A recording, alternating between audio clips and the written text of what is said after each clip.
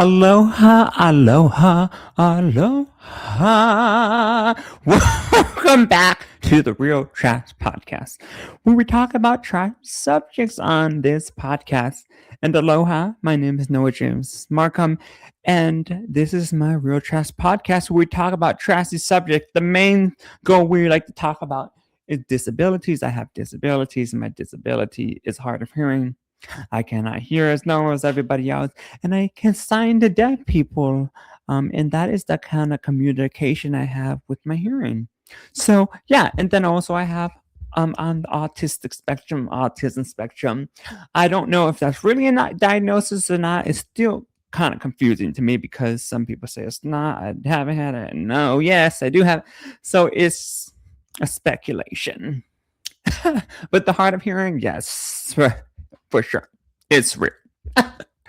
And yeah, so other things we talk about is trashy things about politics, trashy things from celebrity news, trashy things for in general in my life that that I have to go through in life. And yeah, I don't know who's coming through this door. Unlocking the door over here. Oh my god, here goes my mom, and here now she starts talking too. Okay, so I don't know if she's faking about her condition still. So I don't know. I don't know. I can't tell. But what I'm gonna talk about right now, it's something trashy, and I know we were just in.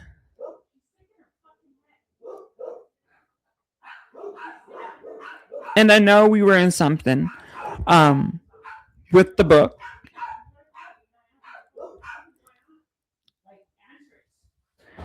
Um, yeah. So here we are. Trying to do my stuff, and everybody's coming in here with their BS. I'm just gonna say that. And so here we are. So we are gonna be finishing the Nazi book. That we've been talking about. We're only on page 20 out of 430 pages. So 20. So we get to learn more about what these Nazis really thought and how these people really affected people's lives every day and thought it was normal. Hold up. So, hold up. See, all this stuff is going on right now. And what this contributed to people. Why these people were so miserable and so mean. And so before we get into that, because this is the subject that I need to bring out more, in Hawaii, you know, it's more freelancing. You can take your shirt off. You can. Nobody cares, right? Apparently, out here where I live at, which is one of the hottest states, and it's just going to keep on getting hotter here. People expect you to keep your shirt on when you go into a fast food restaurant. If I have my shirt off, I would say it should be acceptable for somebody to come in there and order some food. We don't know if they're homeless or anything, and I would never shoo somebody away because they have no shirt on, or I hope people are not thinking weird about it. And I understand that there's things that can happen, but that doesn't mean this happens everywhere. And so I think this needs the stamina where I live at, that it's unacceptable for somebody to come up to you and say you can't have you cannot, that you not belong because you know what, you just took off your shirt and you're ordering some food. So it's kind of weird. You should put your shirt on. I think it's kind of weird that you're asking me that for a fact. That's weird enough. And I think we would be more proud with ourselves and more confident of ourselves if we could maybe embrace ourselves a little more, be a little different like this. And, from coming from Hawaii, you can be different, have disabilities. It really, you want to strive for the best. You want to help everybody and love everybody. And so that's the thing about trashy about people. Trashy subject. I meant that people will come up to you and just start nitpicking about my shit off, or then I can understand your side of the story, but it's also really weird and inappropriate that you would ask somebody to put their shirt back on, and you're looking at me right in the eye asking me to put the shirt on. It's really weird to me. Because if I saw a woman and she had her bikini on with a bra on, I wouldn't go and say, "Oh, you need to put your shirt on." Like, I'm not gonna go see it. If she wants to wear it, go for it, girl. Go embrace it, girl. I'm not gonna sit here and go like, "Oh no, like that kind of stuff." It's just ridiculous. That kind of stuff is weird, and I don't think weird about that woman in a weird way. I just think, okay, girl, it's a woman. Of course, let it be. Right? But I don't know what you guys think about that. And so I need to start talking about this more. Where I live at, I need to talk about it more, because it's not just the first time I've encountered this. I've encountered a few different things, but this is like, even when I go into church, I know you should be more proper about it, but there's just things that go into that. So, and I said, it's getting hotter where I live. And sometimes you might be really hot and it's cold outside, but you kind of want to get a cooler. You don't want to put the AC on. You might want to just feel the breeze. It's, yeah. So, look, it's not that cold, but it is cold. So that's it. So now let's get into some of the book again. So we're on page 20 of the Nazism the Nazism book. And here we go. So here's one of the right now we're just in where the prisoners have been taken into custody, and the psychiatrist is just asking them questions. And so here we go. So von Ribbentrop, and I'm sorry, excuse me if I'm not that good at doing German, but I try my best, and I have a little German in me, but Germans, you guys are, that's hard language, man. But props to y'all. As may be inferred from Gorn's remarks, the von Ribbentrop of cell number 7 did not bear much resemblance to the arrogant Nazi ambassador at the court of St. James, nor to the foreign minister who had cracked Hitler's whip over the foreign offices of Europe and forced the Rome-Berlin-Tokyo axis. The collapse of the system that had backed up his diplomacy with armed force had taken all the false backbone out of his weak character. What was left was a confused and demoralized opportunist in defeat without even a consistent argument to maintain a presentable front. Slovenly, in his physical as well as mental habits, he gave the impression of a German businessman in moral and material bankruptcy. With nothing in the world, not even a mind, he could call his own. If there ever had been any respectable purpose behind his activity, von Ribbentrop seemed to have forgotten what it was and was hoping that someone would tell him. In the preliminary interrogation by the prosecution staff, von Ribbentrop frequently complained of defective memory and would ask the interrogators what they thought about it all. In his cell, he spent his time writing endless memoranda and asking all within reach for advice on his defense. The doctors, the cell guards, mess attendants, barbers, etc.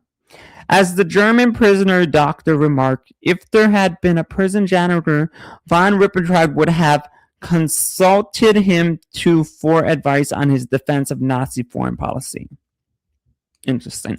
Under these conditions, any attempts to get expression of basic attitude in our early conversation were doomed to failure because von Ribbentrop did not seem to have any basic attitude. Even in trying out the excuse that he had only obeyed Hitler, he portrayed the passive ambivalence and lack of moral integrity in his character. He claimed on the one hand that he had only done his duty in supporting Hitler, and on the other hand that he had always warned the British and France against Hitler. Besides, Hitler had once screamed at him in 1940, and he could never contradict him after that. Of course, you couldn't Of course, that's awful. See, he bent down to Hitler. That's crazy. The trial filled him with apprehension. He kept complaining that he was not being given enough time to prepare his defense and hoped that the trial would be postponed indefinitely. He seemed to dread the day when his record would be laid bare in open court and he would have to stand up and make some kind of a defense of his activities in the Nazi regime. He sensed that many of his co-defendants, especially the elder statesmen von Papen and von Neurath, whom he had eclipsed, would be all too eager to condemn him and Hitler for the reckless foreign policy that had brought war and defeat to Germany. And he kept repeating, "Really, this trial is a big mistake.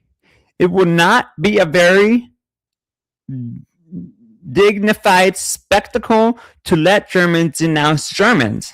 He even considered forestalling an open examination of the record for making some superficial confession and throwing himself on the mercy of the American authorities. But nothing came of this, and von Ribbentrop continued to bury his anxiety in a sea of memoranda and sleeping pills. Wow, that's crazy. Scots. S-C-H-A-C-H-T.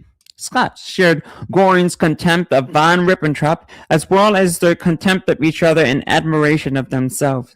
There was clearly no love lost among the egoistical rivals for power in the Third Reich.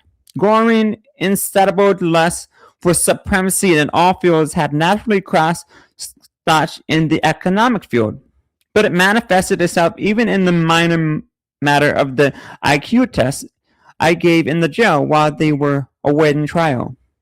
Göring did not actually rank highest on the intelligence test after they were completed, much to his annoyance. See a table on page 34, so there must be a ranking highest to lowest test. The top man turned out to be his old rival and enemy, financial wizard Hilmar Scotch. If this was a surprise to Göring, it wasn't a surprise to Scotch, who was made no secret of the fact that he was the most innocent man in the entire prison and the most brilliant. His indignation at being imprisoned as a supporter of Hitler was not entirely without foundation, since he had just completed 10 months in a concentration camp under suspicion of plotting against Hitler, before he was thrown into jail by the Americans after the armistice. He let it be known to all of who came to visit him that as far as he was concerned, it was all a mistake, and he hoped that the trial would take a short time so that they could hang those other criminals and let him go home. October 24th, Scott said, "I have full confidence in the judges that I'm not afraid of the outcome. A few of the defendants are not guilty. Most of them are sheer criminals. Even Ribbentrop should be hung for his stupidity. There is no worse crime than stupidity. November 1st, Scottsdale. Still resentful at being incarcerated as a criminal like the others, he hoped the trial won't take too long. I told him that depended to some degree on how long the defendants talked. As for me, all I need is a half hour, since my opposition to Hitler's aggressive policy is an open book. After all, he threw me into concentration camps for it, and I was in prison for 10 months, only to be dragged here as a war criminal. That's why I resent it so much. Well, you must admit that the government leadership has much to answer for, I replied. Of course, anyone who is innocent will not be punished. I have no doubt about that. That's why I can't put up with this without a troublous conscience, which is more than some of those other gentlemen can say. Everybody knows that I was against war. It is even mentioned in Ambassador Davies' book, Mission to Moscow. All I wanted was to build up Germany's industrially. The so-called financial wizardry was nothing but an efficient and exploitation of Germany's finances and resources. The only thing they could accuse me of is breaking the Versailles Treaty. But if that's a crime, then the judges should be tried too. England not only tactically approved our rearmament, but actually made a pact to limit our navy to 1/3 the size of her navy in 1935.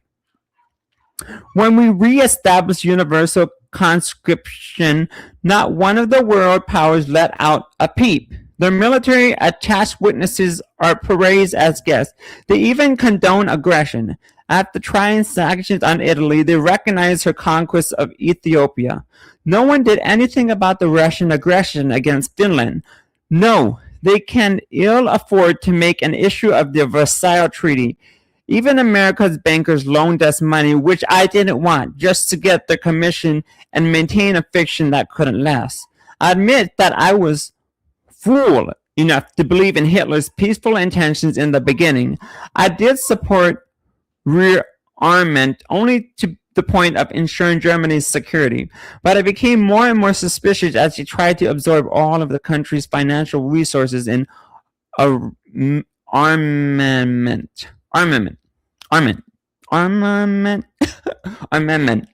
The turning point came when he dismissed the chief of staff, General von Fritz, who never wanted an aggressive war, and put in his lackey, Quito.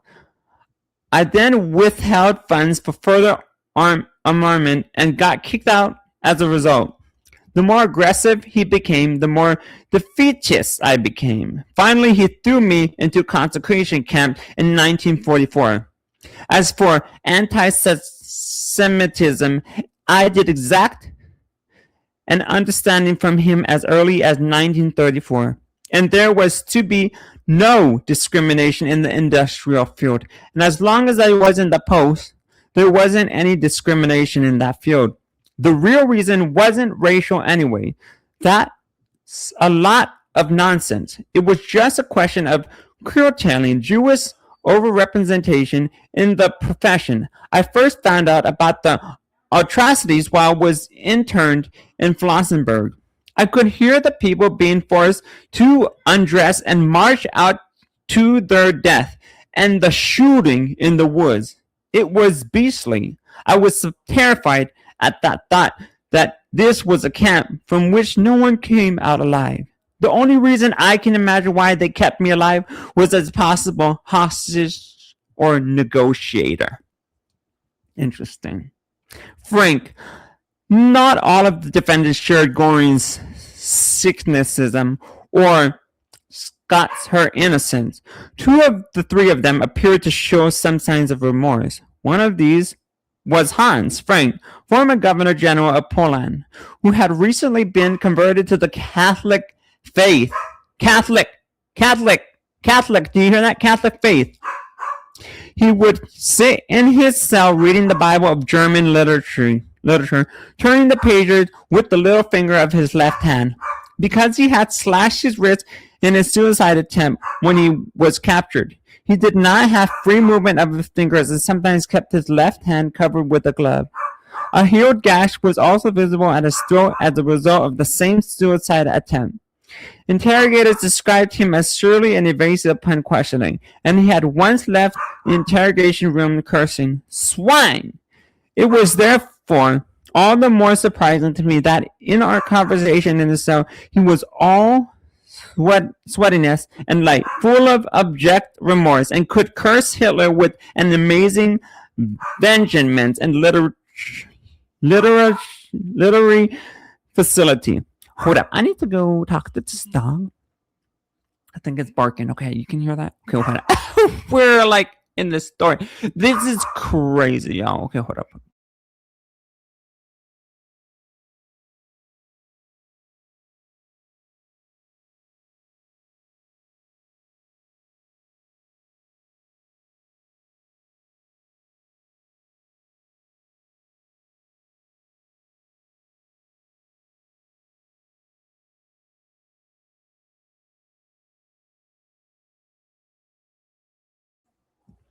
Okay, we're back. Yes, many things. Oh no, it's Frank's cell. November 7th, Frank's cell. Yes, many things have become clear to me in the loneliness of his cell. The trial is neither here nor there, but what a spectacle of the irony of the fate and heavenly justice. You know there is a divine punishment which is far more devastating in its irony than any punishment man has yet devised. Hitler represented the spirit of evil on earth and recognized no power greater than his own. God watched this band of heathens puffed up with their puny power and then simply brushed them aside in scorn and amusement. Frank brushed them aside with his gloved hand. I tell you, the scornful laughter of God is more terrible than any vengeful lust of man. When I see Goring stripped of his uniform and decoration, meekly taking his 10 minutes walk under the curious, amused eyes of the American guards, I think of how he revealed in his glory as president of the Reichstag. It is Gross-Stücke. Here are the would-be rulers of Germany, each in a cell like this, with 4 walls and a toilet, awaiting trial as ordinary criminals. Is that not a proof of God's amusement with men's carelicious quest for power? His smile gradually froze and his eyes narrowed to slits. But are these people thankful for these last few weeks in which to atone for their sins, egotism, and indifference, and to recognize that they have been in league with the devil incarnate? Do they get on their knees and pray to God for forgiveness? No, they worry about their own little necks and cast about for all kinds of little excuses to absolve themselves of blame. Can't they see that this is a horrible tragedy in the history of mankind, and that we are the symbols of an evil that God is brushing aside? His voice had been raised in anger and apologized, and the guard peeked into the cell curiously. He continued in cold, quiet anger. If only one of us had the courage to shoot him dead. That's the one thing for which I reproach myself. What misery, death, and destruction would have been spared. I became to come to my sense in 1942 and realized what evil was embodied in him. When I protested against terror measures in public at that time, he deprived me of military rank and political power, but he let me sit as figurehead Governor General of Poland to go down in history as the symbol of the crimes in that miserable country. That was the satanical evil in him. And so here I sit, but it serves me right. I was in league with the devil in the beginning. In later years, I realized what a cold-blooded, hard, and sensitive psychopath he really was. That so-called fascinating look at his was nothing but the stare of an insensitive psychopath.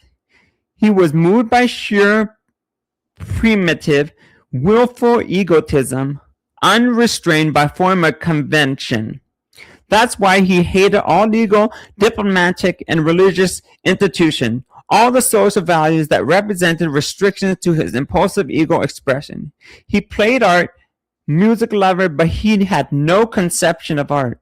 He liked Wagner naturally because he could see himself playing God with dramatic splendor and his adoration of the nude. One can appreciate the nude in art at the epitome of human beauty, form, and feeling, but Hitler was incapable of appreciating these things. To him, the nude represented merely a process against convention when he able to understand. No, the psychopathic hatred of form and convention was the real keynote of Hitler's personality. That's why he took only such diabolical men of action as Himmler and bore men into his confidence. Bormann was his skirter, warm, a contemptible flatterer, and brutal intriguer. A clear reflection on Hitler's character. By the way, I am convinced that all atrocities were secretly planned by these three who shared a common contempt for all standards of humanity and horror. The intrusion secretary and skiller play Cabal on Liebe. We discussed the attitude of the German people toward Hitler. He raised the warning forefinger. Beware of the legend builders. Herr Doktor. Himmler would not have dared to carry out this program of mass murder if Hitler had not directly approved it or ordered it. November 15th, Frank Sell. Frank said that he now felt liberated spiritually as never before in his life. His dreams especially take him far beyond the confines of his cell. They show him vast vistas of endless sea and high mountain and sky, and he wakes with an extraordinary feeling of spiritual and physical relief. Recently, he dreamed of Hitler, and that made him doubly resolved to take an upright stand and admit common guilt. It is also realistic. Sometimes he has no nocturnal emissions. In one recent dream, he was standing at the seashores and watching the waves, and then a girl appeared. He thinks his daughter, the mountains, and the yodeling at the vast spaces. He woke with an incredible feeling of emotional relief. Implies this was one of the sex dreams. Went on talking about how independent one could be of the restrictions of the environment if one had inner fortitude. Von Schirach, less hysterical in his remorse but equally resigned to death, was handsome Mulder von Schirach, former Hitler youth leader.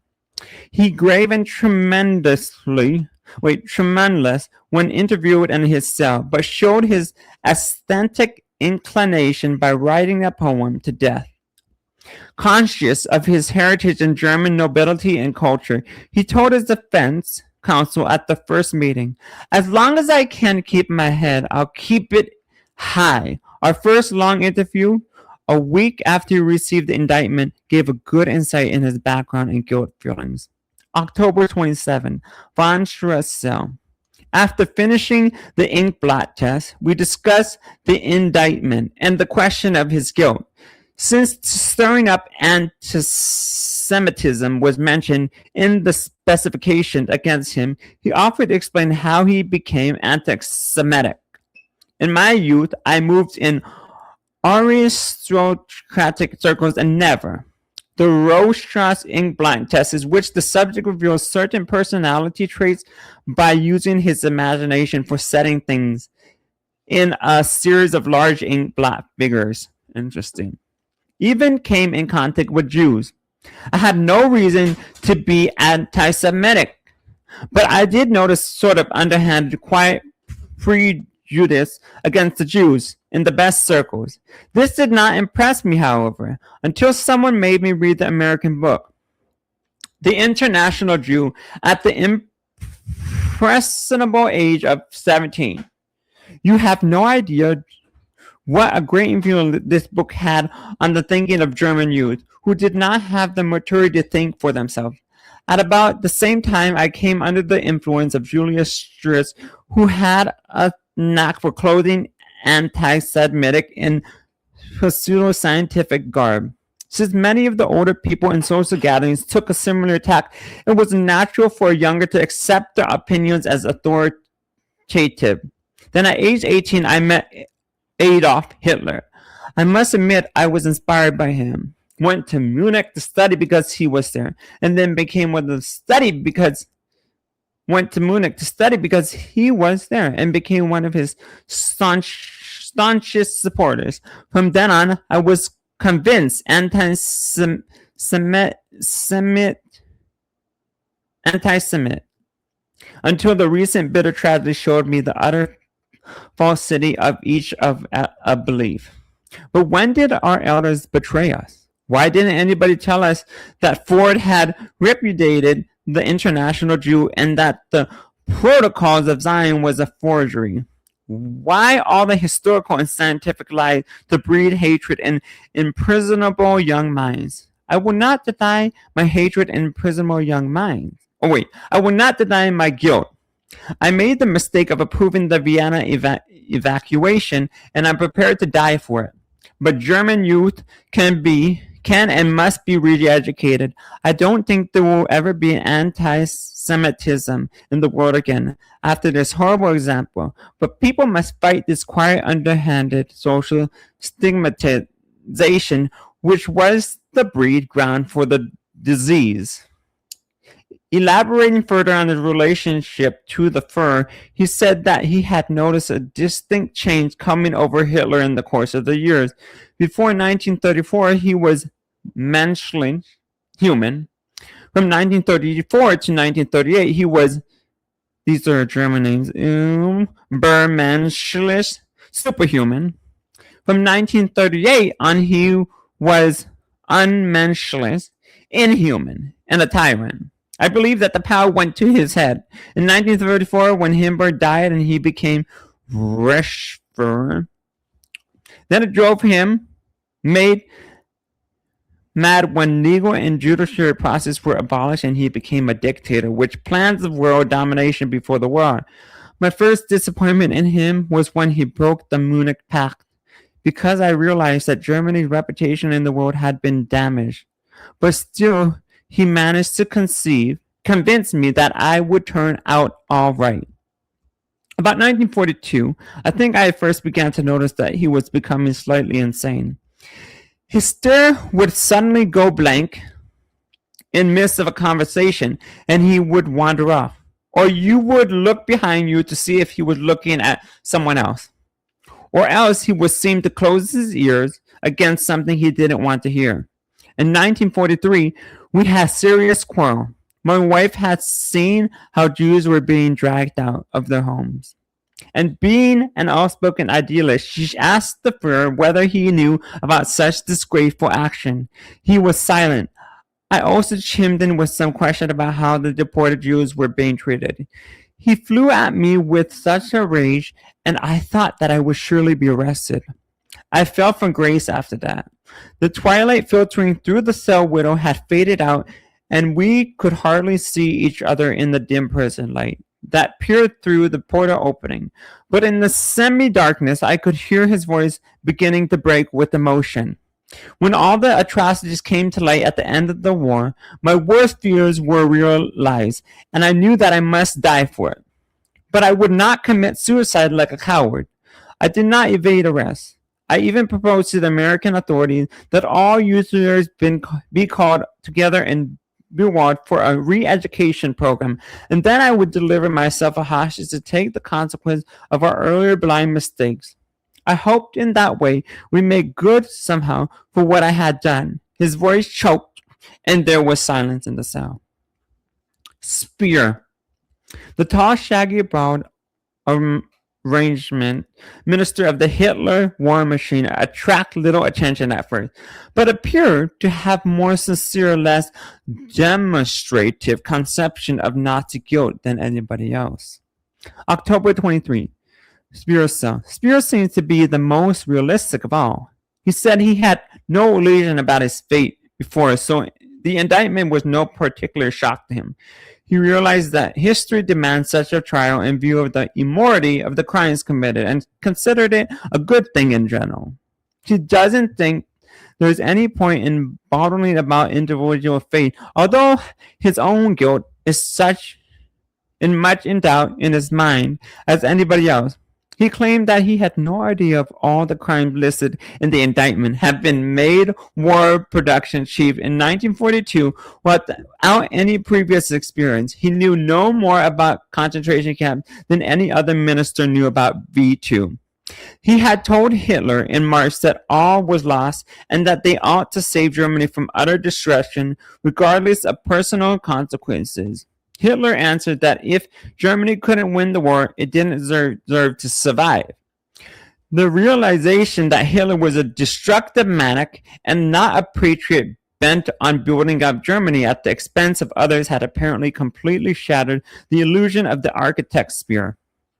Re-examining the whole Nazi leadership and system of values in the cell for the first time since the dawn of the Third Reich, he came to the belated realization that it had been rotten to the core. In acknowledging the validity of the indictment and charging a common reasonability of the Nazi leadership for such horrible crimes, and the inadmissibility of obeying orders as an excuse, he indicated at the outset the cleverness between his basic attitudes and those of the military caste. Though he had little to say before the trial started, he did occasionally give vent to his feelings about Germany's military leaders. On one occasion, he remarked with quiet bitterness, "Yes, I know they make great heroic speeches about fighting and dying for the fatherland without risking their own necks. And now, when their lives are at stake, they shiver and look at all kinds of excuses. So that's the kind of heroes we had leading Germany to destruction." Spear's remarks were directed mostly against bombastic pouring, but they also included the weak-kneed chief representative of Prussian militarism in the jail, Field Marshal Wilhelm Tell. Throughout Beard to the persuasive military tradition, Kittel's behavior was almost obnoxious when interviewed in his cell. The chief of staff of the high command of the German Wehrmacht that had overrun most of Europe and had required a world coalition to be bowed and scraped before an lieutenant who came to see him and exclaimed what an unimportant little man he really was. Shorn of his military insignia, he still looked very much like a persuasion officer of the old school. But without his strength and the power, he had no more backbone than a jellyfish.